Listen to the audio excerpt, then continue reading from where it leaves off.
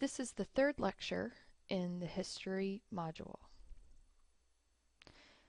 This lecture covers modern times and the Industrial Revolution, specifically how government, recreation, and social reform and movements expanded. First, before we discuss some of those social reforms, I think it's really important to understand what the Industrial Revolution looks like. I find that students struggle with the images and what life consisted of every day. And so you have to remember the Industrial Revolution started in the early 1700s in Europe and moved to the early 1800s in America. And really, this is a time that you go from living on the land with horse and carriage, on settlements, farming, hunting, to having massive amounts of production driven by machines. And so you have large populations of immigrants coming to cities, you have unsanitary living conditions, you have malnutrition. Also, along with this, jobs were very dangerous, they had no breaks. As the book and historians note, that children under 10 often worked up to 14 hours a day. And you can see that I have some of those images at the top. If you were to lose a limb in your machine, they wouldn't give you any paid time off, any work. You'd just be fired from your job and you'd have no way to provide for your family. The reason why children were working 10, 14-hour days is because there was no formal education system. And so there was a real shift in how people viewed work and time during this era. And remember, we're also going from talking about the Middle Ages to the settling of Americas to we move into the train and this idea that now we have a clock and we know that when we need to go to work and when we don't need to be at work. And so work and leisure start to have two very separate definitions. Also note that along with this immigration and this new work style of actually going to a factory, that you have women who stay at home and raise the children. And you can see that in the bottom picture. The men traditionally go to work. And so housing issues included overcrowding, sanitation. You take for granted that you sit down on your toilet in your bathroom and the water's clean. You go to the bathroom, you flush the toilet, and it's gone. That was not what was happening during the Industrial Revolution. You had horses that were still on the streets, that had waste. You had the introduction of the bicycle and the automobile, which the automobile was not a clean operating machine like it is now. You also had sewage just basically running out into the streets. They did not have sewage systems. And so you can see that people start to riot. They want better work environments. They have these awful living conditions and they are asking themselves, how can coming to America, how can this life really be any better? This is awful. And so that's where you see unions form. Often today you'll see a union form and people will say, why do we need a union? And we have all these federal laws. Well, there's a reason why we have federal laws in place. There's a reason why you work a 40-hour work week traditionally, and that you have workers' comp and you get paid time off, so in case there's an accident. So important to understand the history that drives this era.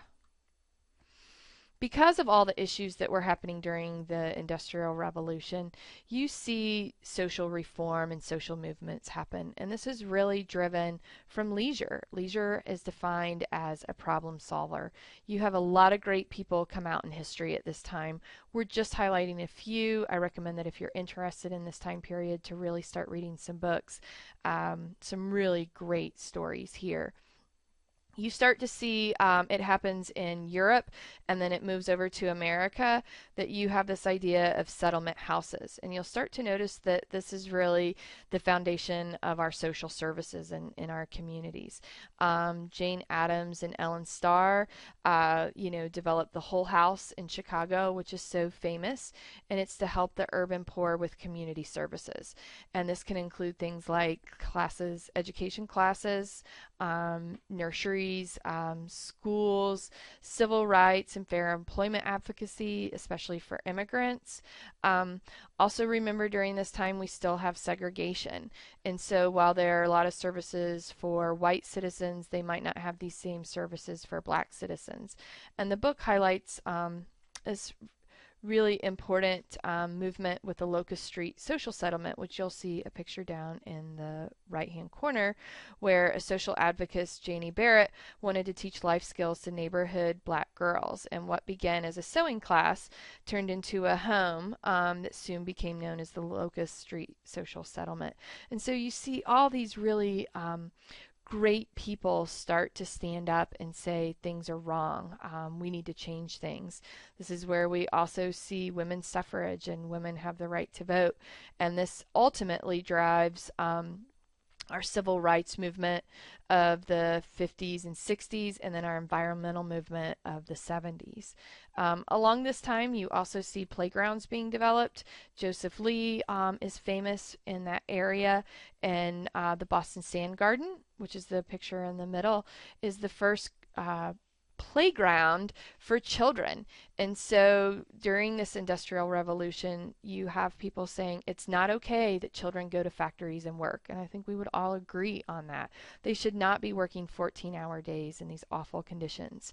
That's where formal education comes, that our people and our government decide that children should have a formal education and they should go to kindergarten and they should learn basic social skills, and then they should start to learn the alphabet and how to read and how to write. And this is where the Industrial Revolution really gets launched, that moves into our technology age that we are now. And there are many different social kind of groups that form, but some things that would be most popular to you would be the Boy Scouts and the Girl Scouts, where you're trying to also develop this character. And I hope when we compare and contrast in the next lecture that you're going to see that we're still carrying on the values of the Protestant work ethic, that we are using leisure in a utilitarian way, that it is for the social good. And that's where recreation really drives from this, that these Boy Scouts, Girl Scouts playgrounds are a form of recreation for a positive movement. Again, idle hands are the devil's work. So if we keep kids busy, they go to school and then they have recreation after, they can build these great skills and be good social citizens to our community. And then ultimately, I want to end on the park movement, which comes through this same time period where you have a municipal, state, and national movement.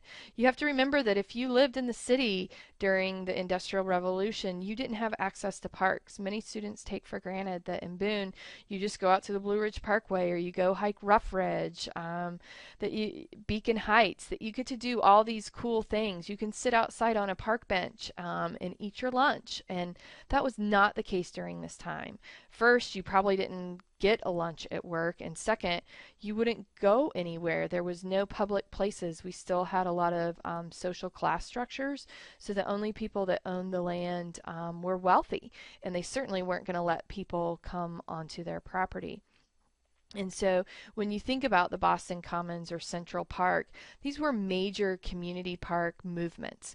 That in Central Park, up in the right-hand corner, you have this beautiful area of respite where anyone can come in and sit and walk. Frederick Law Olmsted designed much of the landscape around it.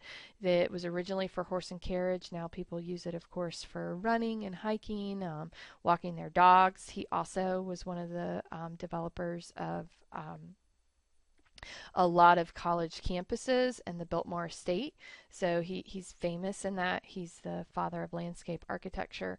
And Boston Commons was known as one of the first parks, and the idea behind this municipal park movement was to take land that nobody wanted, that was awful, and turn it into this pristine area with trees and nature. And originally there were sheep grazing, and it had more of a farm feel. Now, of course, that wouldn't work very well, but the people had a place to go for respite, and they could be out in the communities. It also allowed social classes to mingle, which didn't happen. If you were rich, you didn't invite poor people to your party, and so it became very much a part of our core democratic ideals, that you can move through social classes in America.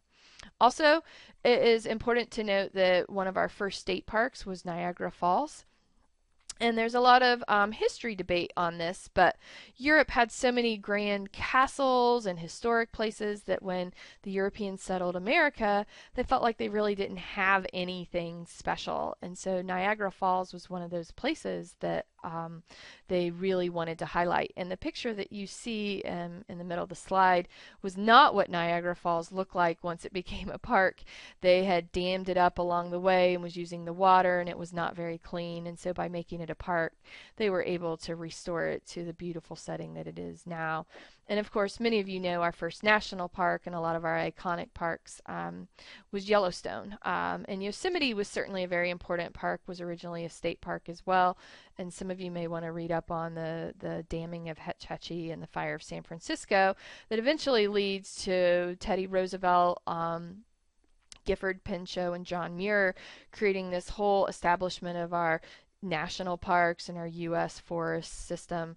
And so Yellowstone, of course, is one of those iconic parks that we all love to visit. And so along with this social reform that is happening in our cities, you have this rural reform that's going on that's realizing we need to save a lot of our special places.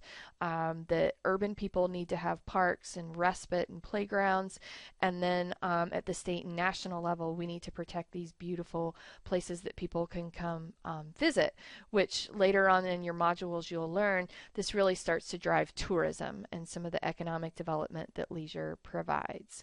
And in our final lecture, we're going to kind of summarize leisure through history, compare and contrast it, and how we are where we are now.